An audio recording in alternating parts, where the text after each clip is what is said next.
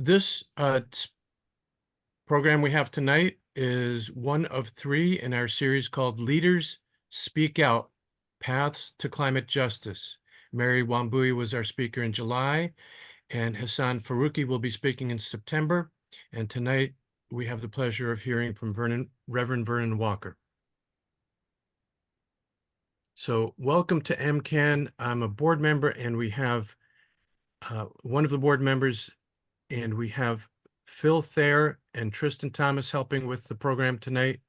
And there are a number of other board members that will be attending, and I invite them to identify themselves in the chat, or I'm sorry, by changing their name. So let's see, so many buttons here. So MCAN embraces diversity, equity, and inclusion and is proud to present this speaker series where we are raising perspectives which address climate change and seek an equitable future. I want to thank especially the series co-sponsors, which include these organizations and more. And I'm going to ask for a show of hands in just a minute, but actually ask for you to give a thumbs up on a couple of questions I'm going to ask. I think a lot of people came in because or through these other organizations. I shouldn't say other, through the co-sponsoring organizations. And we are MCAN that pulled this together, and we seek to accelerate an equitable decarbonization in Massachusetts by empowering local residents, advocates, and community members to take action. So one of the key words there is communities, and that's one of the reasons we ask you to identify yourself, if you would please, by renaming and adding your town or city or otherwise your affiliation.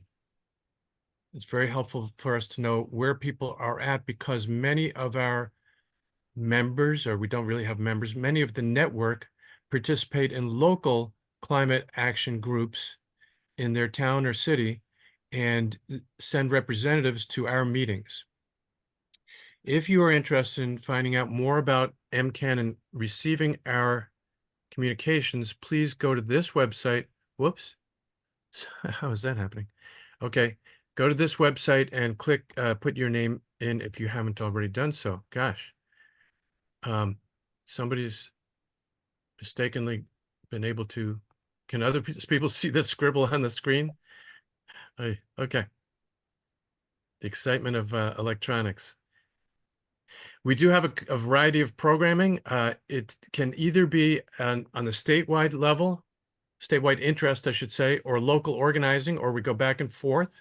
It's for all local climate organizers. Also, we have a particular track that meets at least once a month on municipal light plants, and also a separate one on better buildings called Better Buildings Advocates. These are some of our recent topics. And Mark Sandine was a recent speaker, and so is Miranda, and Joanne Becerra is coming up in the next couple of weeks. So please go to massclimateaction.org to sign up for our future emails, so you don't miss a moment of what's going on. So the session is being recorded, and if we have questions, or if you have questions, please hold them until after the initial presentation. Keep them brief. You can write them in the chat or raise your digital hand to be recognized. I will be asking a question before we get that started. So let's see.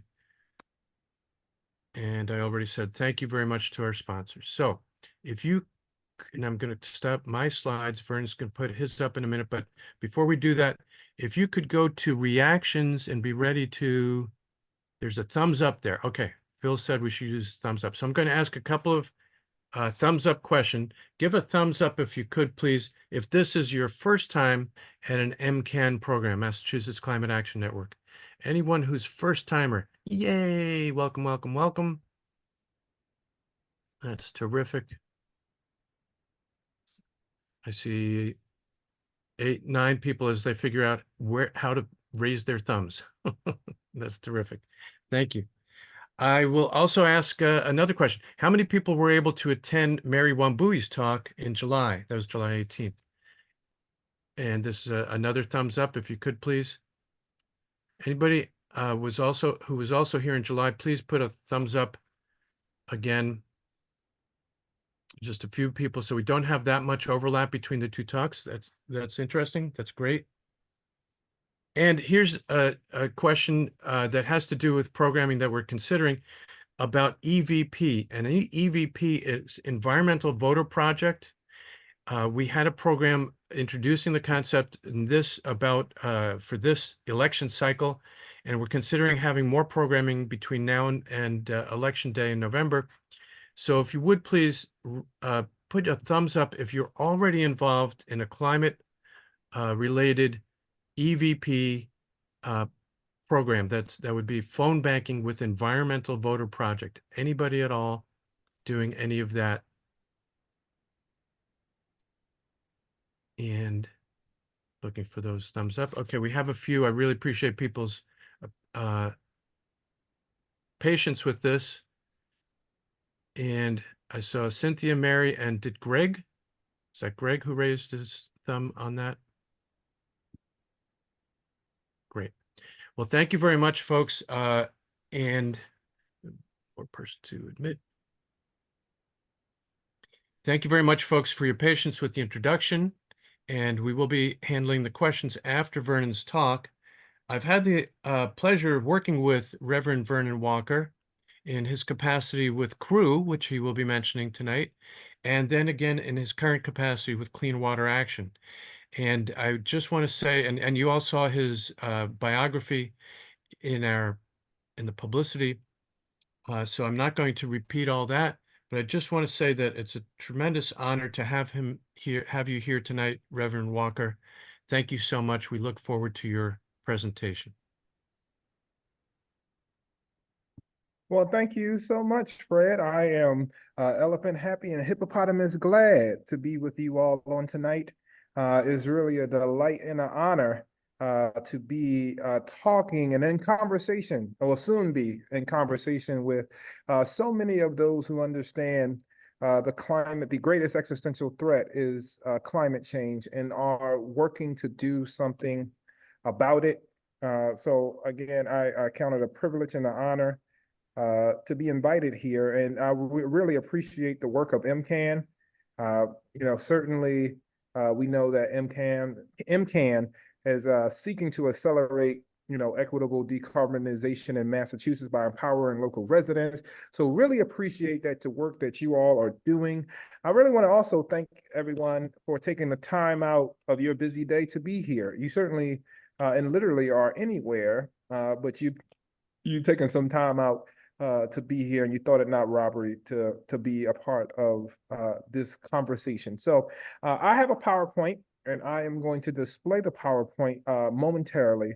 And as mentioned, if you do have any questions, please feel free to save them in the chat, put them in the chat, or we will, or if you want to verbalize them, there might be an opportunity to verbalize them during the Q&A. And again, I am delighted and honored to be here to really talk about climate justice and climate resilience and the way that they can coexist, or they should coexist.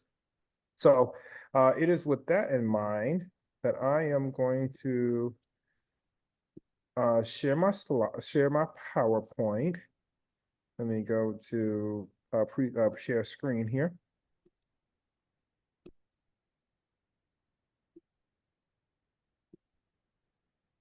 All right, can you all clearly see this? Yes. All right, fantastic. So, Fred did a bit of an introduction. So in one of my capacities, or one of the hats that I wear, is the Climate Justice Program Director at Clean Water Action. And we'll unpack that a little bit. We're doing some work that's rooted in climate justice. And again, we'll talk about that. But before I talk about that, I want to talk about the mission of Clean Water. So our mission, a Clean Water Actions program reach and involve tens of thousands of Massachusetts residents every year, building clean water and clean energy future through outreach, education, organizing, advocacy, and policy action at the local level, state, and national levels. We are part of a national organization. We've been around since around about 1973. Clean Water Action started after the Clean Water Act was signed in 1972. And, you know, for an organization that's over 50 years old, for it to be still standing, you know, for a nonprofit to still be standing and still engaging and organizing and strategizing and mobilizing, that tells us that there is some momentum on the ground. There's a lot of momentum on the ground, and that we are doing something right in the ways in which our work is rooted in the work that we are doing. I also wanted to discuss. Clean Water Action is in 12 states, and we have an office in DC. And Massachusetts is one of the states. But we're all aligned around, you know, this mission that you see. We're you know, contextualized for the different states, areas, of course. All right, so I wanted to talk about our fall celebration, because I would be remiss if I did not talk about Clean Water's fall celebration. So on September 25th, 2024, at the Charles River Museum of Industry and Innovation, there is a celebration. And the celebration, we will include some of the work that we have done. And we can drop a link in later if anyone is interested in registering to come. It will be an in-person event. So yeah, so join us for Clean Water's Action's Fall Celebration. You take a break from the strolling about the election news and come spend time in the community with environmental and justice organizers at the beautiful Charles River Museum of Industry and Innovation on September 25th. We will honor our 2024 environmental champions, support our campaign to protect Massachusetts air and water, and enjoy food and drink with allies and friends. It's going to be a grand old time. It's going to be a blast of a time, and we will really be delighted to have you there. And also, we would love for you to invite folks in your network that would love to attend. And again, we'll drop the link. We'll drop the link in later to be able to purchase a ticket. And it's ultimately wanted to say that, you know, this will help continue our work for a healthy and just Massachusetts, this fall celebration. And by you purchasing a ticket, it will help promote and continue for a healthy and just Massachusetts. And all proceeds benefit Clean Water Action and Clean Water Fund, campaigns to protect families from toxic chemicals, empower environmental justice communities, support a just transition to clean energy, and improve air quality for all residents of the Commonwealth. I want to point out, so Clean Water Action and Clean Water Fund are two of the same. One is a C4 and one is a C3. So C4, we do a lot more lobbying on that side of things. We endorse candidates, etc. on our C4 side, and then on the C3, on the 501c3 side, we do not do that. So wanted to also clarify that. All right, so let's talk about climate justice. That's what we're here to unpack tonight. So climate justice recognizes the disproportionate impacts of climate change on low-income communities and communities of color around the world, the people and places least responsible for the problem. And that definition is borrowed from the University of California. So we know that communities of color are harmed most deeply by the climate crisis.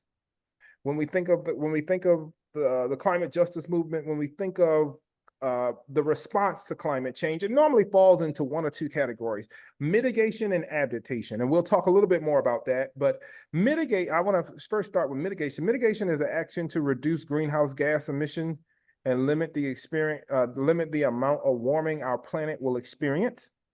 And then adaptation is an action to help people adjust to the current and future effects of climate change. So let me back up just for a second. So when I first joined the climate movement in 2019, I started with the organization CREW, which Fred was talking about earlier. CREW is an acronym for Communities Responding to Extreme Weather. And a lot of my work focused on helping people prepare for extreme heat, flooding, etc. And we did that through education, and we did that through handing out material that could help people prepare, such as in Dorchester, for instance, we for several summers we provided energy efficient air conditioner units, and we also provided cooling kits. And these cooling kits were mobile kits that people can take with them when they're going out and about, particularly on a hot day, and it had like water, electrolytes, thermometers, cohesive wraps, etc. So it was really designed to treat heat exhaustion, so heat exhaustion doesn't turn into heat stroke. I don't know how many of the folks that know, I don't know how many of you know, but extreme heat kills more people than any other extreme weather event, any other extreme weather impact, floods, hurricane, rip currents, etc., across the United States. So I think it's important to do mitigation and adaptation. A lot of my work at Clean Water, it reflects more of the mitigation approach. And oftentimes we'll see organizations that are in the environmental space, we'll see them we'll see them lean one way or the other. And I think you certainly do need both. We certainly need to stop our reliance on fossil fuel, coal, oil, and gas. While at the same time, because of the damage that's already been done, we need to help prepare people, particularly underserved communities, for the extreme weather events that will impact their community. So yes, so those are the two approaches. Those are the mitigation and adaptation. So let's unpack that a little bit more, if you will. Mitigation and adaptation. And before I unpack this here, I want to say one of the things that led me to the climate movement, and I didn't get an opportunity to express this earlier, is I read the report. I read the 2018 United Nations report, or I read an article about the report. And I was very alarmed to see that we have, at the time, we had 12 years to slow down our reliance on fossil fuel, coal, and gas, or the global temperature, or we will not be able to keep the global temperature to 1.5 degrees Celsius. And the report also mentioned that a degree above which we'll see millions of people impoverished because of climate-related damages. So once I saw that, I wanted to figure out how could I help as someone that is faith-driven, as a faith leader. How could I help organize, and how could I help mobilize, and how could I help strategize, be in the room with people to strategize what our responses are. And that's how I ended up at CRIL. And prior to that, I was with the Poor People's Campaign. I did a lot of work with the organizing work with the Massachusetts Poor People's Campaign, which is part of the larger Poor People's Campaign. And in one of the issues they're concerned about is environmental devastation or ecological justice. And to me, that awoken for me how climate is connected to racial justice and housing justice and social justice, etc. So I just wanted to provide that additional frame. So now coming back to mitigation and adaptation, if mitigation is successful worldwide, then one day greenhouse gases will stop building up in the atmosphere and the planet will slowly stop warming. Even so, we will already have created a hotter world, changed the Earth's weather pattern, and locked in some future changes like sea level rise, which may continue for hundreds of years after the Earth temperature stabilizes. So really, that's the mitigation approach. The adaptation. Adaptation to those changes will vary from place to place. Often it involves building or retrofitting infrastructure like a better storm drain system to manage increased flooding.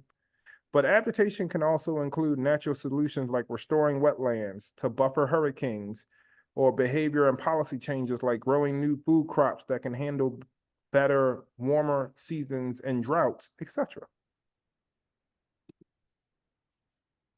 One thing that I wanted to highlight as part of my work at Clean Water Action is that we are part of the environmental justice table. And we do a lot of policy advocacy. And I'm going to focus on two bills that we advocated for in the last legislative session. And we know that it ended in a disaster without a climate bill being passed. But I wanted to make mention that the Massachusetts Environmental Justice Table is a coalition of organizations working to achieve environmental justice.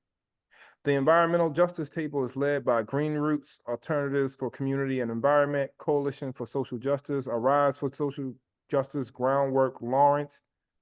And we also have other organizations that includes the North American Indian Center of Boston, with allyship from the Conservation Law Foundation, Union of Concerned Scientists, Massachusetts Public Health Association, Unitary Universalist Mass Action, Clean Water Action, Environmental League of Massachusetts, and Green Energy Consumer Alliance. So all those organizations make up the EJ table, but particularly our table is led by organizations that are based in communities of color.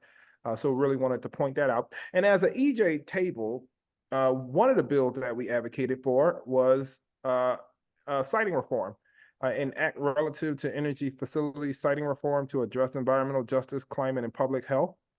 And if passed, this bill would add EJ Public Health and Climate to the siting board's responsibility, require community engagement prior to filing for environmental siting board review of a petition to construct a generating facility or an oil, gas, or substation facility, require a cumulative impact assessment and an EJ impact statement before approval of any electricity generating facility or oil, gas, or substation facility.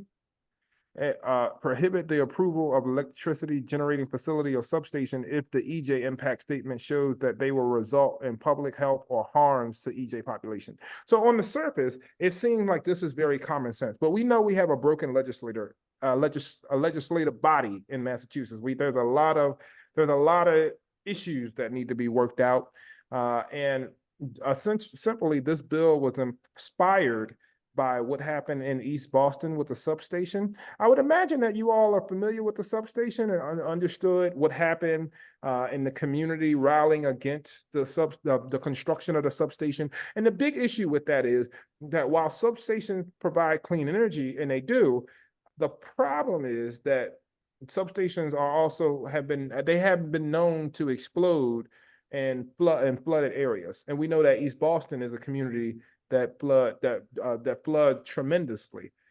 So that's really the big issue. And then also it was situated going to be situated right across from a playground, really providing burdening an already overburdened population and our overburdened community. The other bill that the EJ table was advocating for during the last legislative cycle is improving the air quality for communities burdened by transportation pollution. So if this bill would have passed, it would have expanded outdoor monitoring, air monitoring, for black carbon, ultrafine particulate matters, and criteria particulate pollutants and pollution hotspots.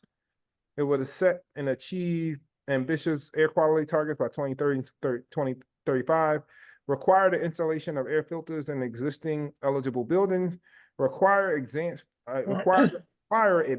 filtration systems for new eligible buildings. It would update the state sanitary code to improve mold enforcement.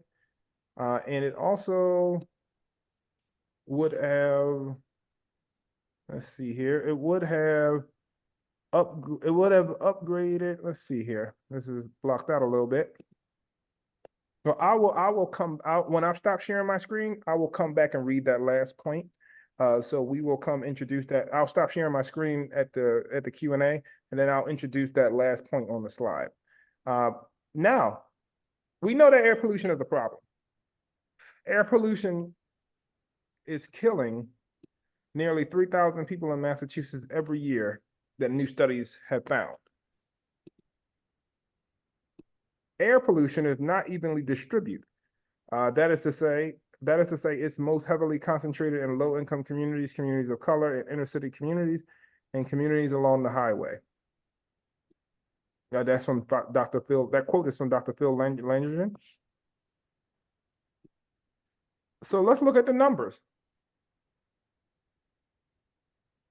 Key findings. So 1,677 deaths from cardiovascular disease. And this is all related to air quality, like bad air quality. well, we can see the numbers. I won't spend time going through all the numbers here, but these numbers are related to people that live in a community that has poor air quality. That's what I wanted to point out. Climate resilience. Oftentimes, people that are working on the climate mitigation side are not doing climate adaptation work, which we mentioned earlier. We know that we will fight for laws and bills that will help mitigate the climate crisis and that will allow us to transition off fossil fuel. And a lot of organizations are doing that: MCAN, Clean Water Action, Sierra Club, etc. We also need to find ways to help communities that are disproportionately harmed by extreme weather. So I have here 6 examples that follow. So this is a chart here. This is a chart here of extreme heat. This is for New England. This is for the Boston, and this is for the Massachusetts and Massachusetts. This is for the state of Massachusetts. So we are expected to see by 2084. One thing I'll highlight is that by 2044, we're expected to see 31 days of extreme heat. And as I mentioned earlier in these remarks, extreme heat kills more people than any other extreme weather event. Some of y'all may remember that in 1995,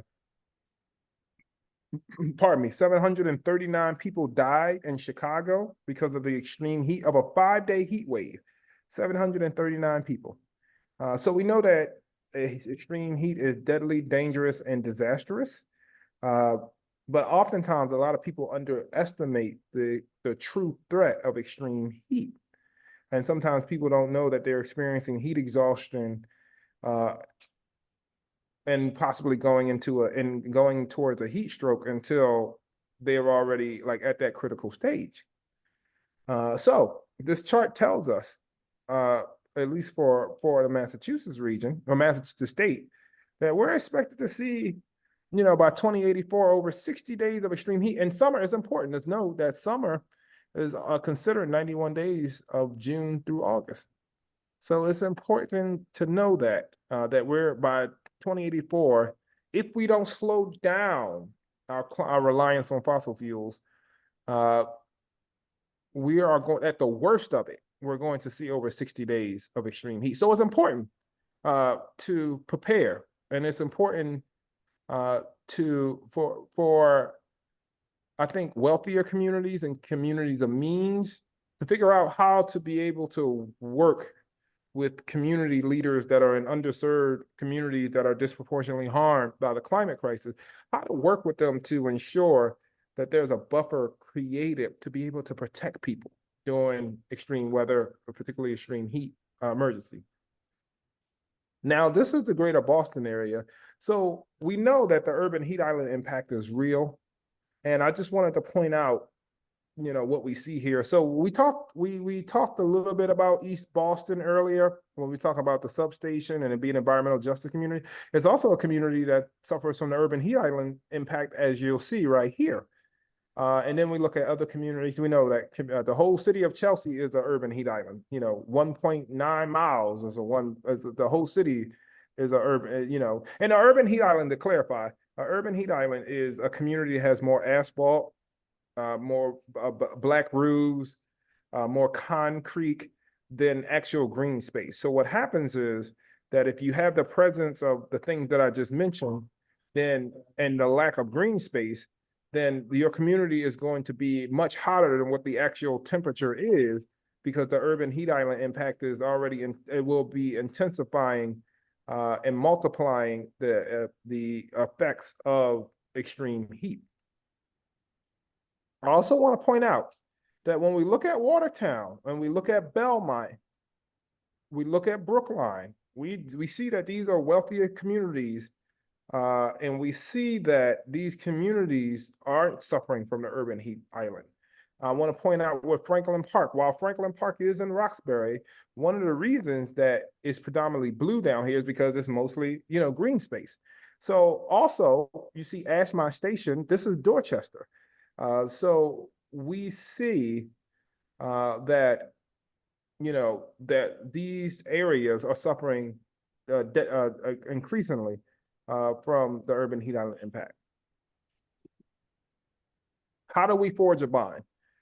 Well, one way to do this is for the climate movement and organizations to be talking to each other to find ways that we can support each other's work. One of the things that we are even doing tonight, we're talking about climate justice and climate resilience. We've talked about a few different organizations, but we know there was a coalition of organizations that have sponsored this.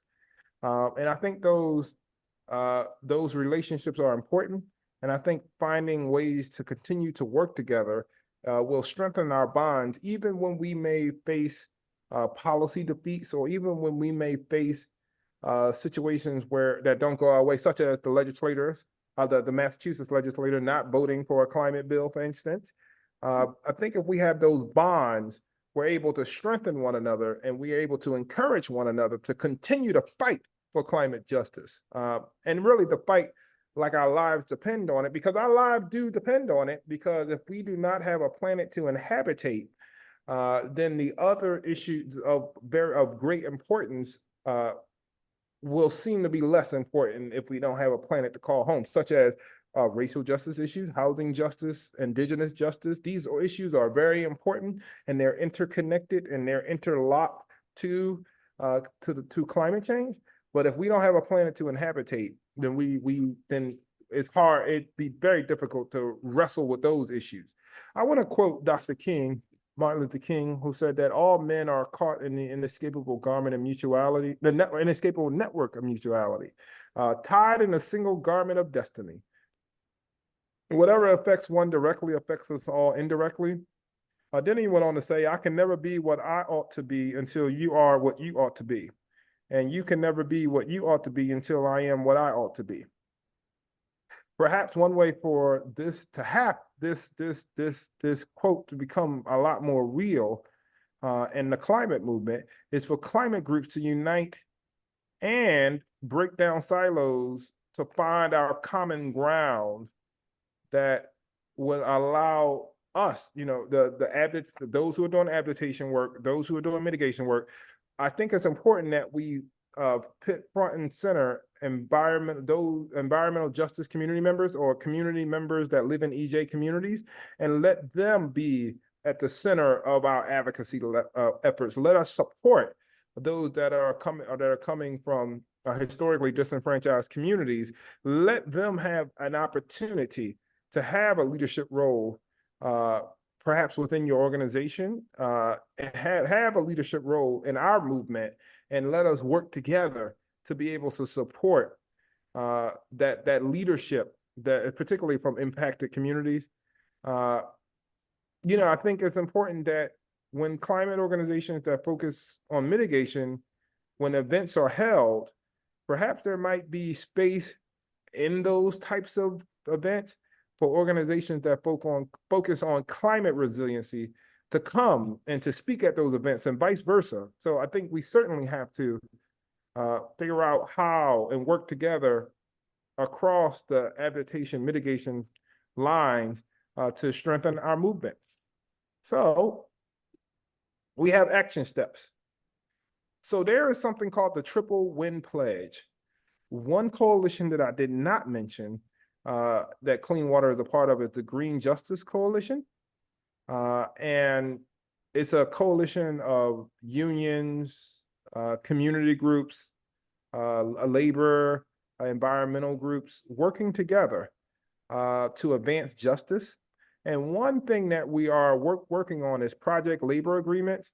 And again, if we don't have the link yet, it probably is in there. I don't have the chat open, but if we can, we love to drop. If we haven't already, we'd love to have that link dropped in. And the Triple Win Pledge would go a long way in helping to realize, to make more actual project labor agreements. And project labor agreements are agreements where, when construction projects are being built, It would prioritize people of color being hired. It would a project labor agreement would prioritize union jobs, etc. But this pledge, and it has a lot more on the website about it. It would do one of three. It would do three things: advance economical justice by investing in earn while you learn registered apprenticeship training programs. It will promote equity through targeted outreach and recruitment to community most impacted, as well as support for MBEs and WBEs. Advance environmental justice by building the infrastructure needed for a sustainable climate future. You can also feel free to sign up at our website, Clean Water Action, if you're interested in learning about some of the many initiatives that we do. You know, we do work around PFAS, which I didn't really get an opportunity to mention. And we do work around energy efficiency. In fact, earlier today, I was with Tristan from BECMA. We were together virtually, and we testified to the EEAC, the Energy Efficiency Advisory Council, on supplier diversity and the importance of supplier diversity. And yeah, so I want to conclude the official portion of this presentation. And now I think we can open it up for questions, thoughts, comments, and then, yeah, and I think we can open it up.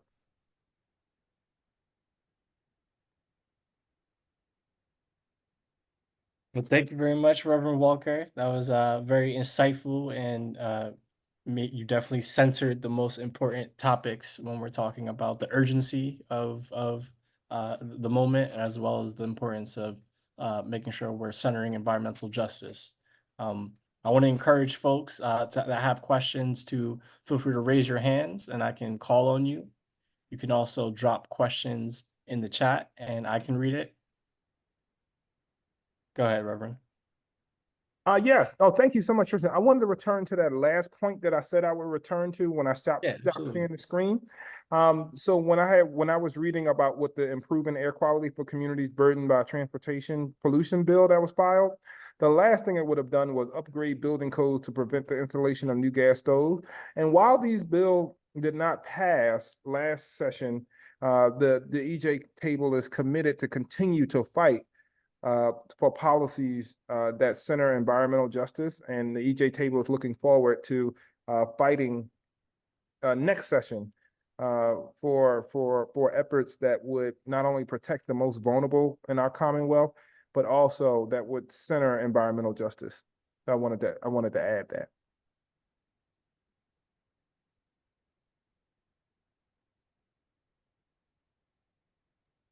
As folks brainstorm questions, I see Jane, did you take yourself off mute? Sorry. Well, while folks brainstorm questions, sorry to put you on the spot. I'd be curious to learn more about the action around project labor agreements and how that fits into the concept of resiliency and adaptation. How do unions and project labor agreements help move us towards climate goals and equity in general from your perspective? I'm selfishly asking that because I'm thinking about my work at the Black Economic Council of Massachusetts and our work with small businesses and the connection to workers and unions, and being aware that there have been challenges previously with union membership and being diverse and inclusive of various minority groups and women. And so curious from your perspective, you know, how progress has been made in that regard and how it might relate to the environmental justice and the legislation. Yeah, no, thank you so much for that, Tristan. I really appreciate that question. Really, what the Triple Win Pledge would do, it would ensure that the public infrastructure we need to build, you know, in terms of climate resilience, in terms of dealing with extreme weather, and also building, you know, buildings that are relying on renewable energy would happen. So I think that with these, or building microgrids, for instance, I think if we have project labor agreements, when it comes to building infrastructure like microgrids and building buildings that are 100% fossil free, Certainly that will work more towards, that would go a long way in the step that will go a long way with climate mitigation. Then when we talk about, economic justice, for instance, and we talk about equity. So the triple win pledge, it will advance a family sustaining union career pathways as well, as well as investing in earn while you learn registered apprenticeship training programs. And then when we talk about equity, equity, this triple win pledge, it will provide access and opportunities for people of color, women, and working class Massachusetts residents, through targeted outreach and recruitment program. I think if we can diversify, I think one step to diversify unions is to ensure that there are apprenticeships and there are training programs, there are registered apprenticeship training programs that are targeting, folks of color. What I think of is the Building Pathways program, for an example. I'm not sure how many people are familiar with that, but you could please feel free to, Google that. But there's a Building Pathways organization here in Massachusetts, and they are intentionally focused on recruiting people of color and helping them get union jobs, helping iron sheet workers and carpenters, etc. I met quite a few people in the labor movement who have come through the Building Pathways organization. And it wouldn't have been possible for them to land a union job if they had not come through the Building Pathways organization. Thank you for that. Fred had a question about, Reverend, do you have any thoughts/insights as to whether there may be a special legislative session in the fall that might address the climate bill? Oh, thank you for that. So yes, we're in a lame duck session here. I had heard some rumblings that that is possible, but I haven't heard anything concretely related to if there will be a special session called for the climate bill. And I know folks some people felt at the EJ table that it's highly unlikely that a climate bill will pass during this lame duck session. Thank you. I see Susan. Feel free to ask your question. Oh, we think you're muted, Susan. If we see you talking, but we can't hear you. Yeah, I'm clicking ask to unmute. I think you have to. Okay. There you go. Hi. Thank you for what you're doing. I am on the other side of the country, and I've seen a few things coming out of Massachusetts that are pretty impressive. You think that California is progressive, but it's nice to see what you're doing. You used a lot of acronyms, especially in that last slide that you showed, and I was wondering, I didn't get to write down the second one, but what is MBE? And the other, you said we want to promote equity with these organizations, but I don't know what they stand for. Yes, they are, well, thank you for that, first of all. And we are, so to answer your question, MBEs are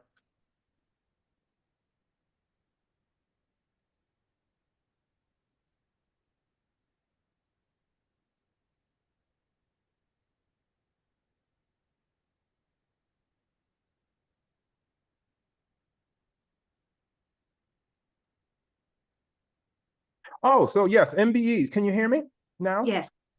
Yes, MBEs, I wanted to pull up the right screen. MBEs are minority business enterprise. And then WBEs are women business enterprise. Okay, so that kind of reminds me of some racial justice work that I've done, that there were governors for giving a wage, an unused wage. Are you familiar with that? Providing minorities who don't have, instead of going on welfare, giving an extra, well, in addition to giving extra money to them. Oh, I can't remember the name of the group, but the governors were supporting this movement to help people get out of their ruts by giving them money and saying, you could use it however you want. We want to see you get trained. We want to see you get better jobs. You got to have clothes. You got to have healthcare. You got to have childcare. These kinds of working together with racial justice groups is very admirable. Because, like you said, it's the impacted communities are often the minority communities, people of color. So I like what you said about the triple win pledge in terms of promoting the equity, as you were saying, and to learn while you're training. Does that include renewable energy? When you're saying being trained, like how to, be in the solar energy, be in the wind energy, how to be in the clean energy field? Is that the kind of training? And could there be input from the state or from the federal level that could help people get this training and make it happen? Thank you for that question. For the triple win pledge, and thank you for sharing all the helpful information. For the triple win pledge, where we talked about the apprenticeships, that's I believe that's talking about union jobs, like union apprenticeships, not necessarily clean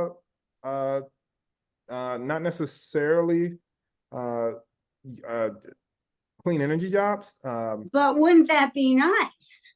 Wouldn't that be nice to make it, a union? Oh no, I agree. And in fact, I'm glad you mentioned jobs, because Hassan's talk next month, Hassan's talk will be explicitly about jobs, and we'll talk. What is the date of Hassan's talk? Maybe Phil or Fred? September 12th, and we'll be sending out publicity about that. And it's Green Jobs Are Good Jobs. Green Jobs Are Good Jobs is his title. So he'll be getting right back into this part of this discussion when he does his talk. So it's all good. Thank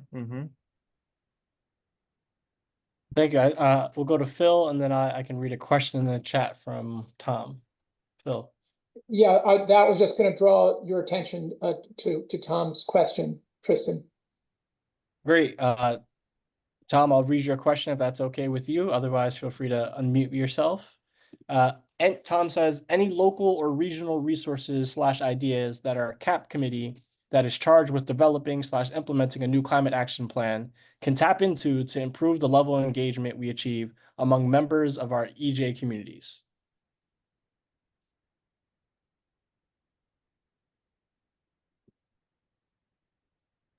Oh yes.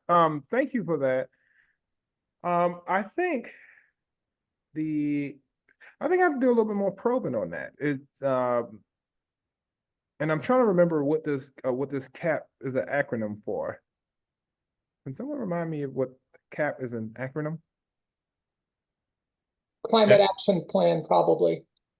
Oh, well, if that's the case, I know, a lot of cities, like Boston, for instance, a lot of the cities have their own climate action plan.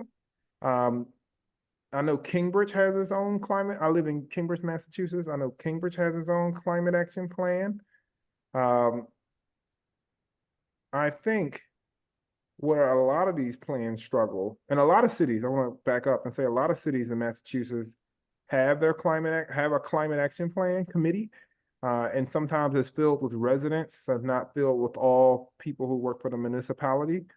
I think the constant issue that I've seen is how can the city engage with members of EJ communities, and I think that I think that's one of the top considerations is how to engage those that are most harmed. I haven't seen a model plan, and it's been some years since I've read a recent a climate action plan with different cities. I know Boston was, trying to be intentional about recruiting people from EJ communities. But I want to open the floor to maybe see if Fred or others may have seen a climate action plan that really is driven by folks who live in EJ communities. I think it's a great question, and if anybody wants to put a note to myself or Phil or Tristan that they'd like to follow up on this, it could be a program subject for future MCAN programming. It's a great question. So, and as I think as you're alluding to, Reverend, climate action plans were being discussed a lot more publicly, even a year or two ago, and now that. And I don't know if this general observation is that useful, but that many activists feel that the time for planning, it's always good. Planning is always good, but action is imperative. So there's pluses and minuses. Okay, so with that non-answer, you can keep going, Tristan. Yep, Phil. Yeah, I'm going to volunteer Jerry Halberstadt, who lives in Peabody, to chime in here. But one thing that we've learned in engaging with the people in Salem in particular, but I think it's true everywhere, is try to think about the climate in ways that is meaningful to them. What do they care about? They care about clean water. They care about clean air. They care about housing. How can communities, communities should be writing their climate action plans in a way that includes their concerns, the EJ concerns, and if they care about air, then the climate action plan should address those concerns of air quality. And Jerry Halberstadt, you want to add anything? Well, you put me on the spot, Phil. Thank you, and you've introduced the idea very well. Yeah, I think the real challenge is when we try to think about the needs of EJ communities, we definitely want to hear from them from the very beginning of a planning process, because a middle-class person's idea of what an EJ person needs may be far off the mark, and it takes it's actually fun to get to know people who are different and share some good times with them and see and listen and find out what their needs and interests are. Reverend, I bet you do that in your sleep. You don't need to be told. And I'd like to go further with that. In my observation, when we do stuff for EJ people, it's like Lady Bountiful. We know what's what, and we know how to get things done, and we're going to do this for you, and you should be grateful. And there's a grant, and people get paid, and then nothing happens. There's nothing left. And the places where this real change is, whereas the old lady who lives across from the plant that's polluting, and she never gives up. And right? And then the plant gets shut down or has to modify itself. I think we need to find ways, and I'm trying to do this myself with MCAN, and Phil has been a very helpful partner in this. How do we find a way to work on a subject that's important to the whole community, not just the EJ community? And I'm thinking like pollution, air quality, and that if we get bad air, it's in Peabody, it's all over. You know, we have air quality monitors now, thanks to Studi Smoller and Ron Smoller and the city of Peabody and the health department. And we can see, like, when the Canadian fires are burning, really bad air quality that can make people sick and kill them. You know, now, not sometime in the future. And it harms everyone, the kids and the old people and everybody in between. So can we mobilize people to work together on that kind of a common problem? And look, what are the solutions? Where do we look? Is it the transportation? Is it the peaker plant? Where's this coming from? And how can we work together to mitigate the problems, help people, and then get to the root of the problem? And that was long, but Phil, you should have known better. Paul and me, I'll never stop. But Reverend, thank you for your presentation, and thank you for what you do.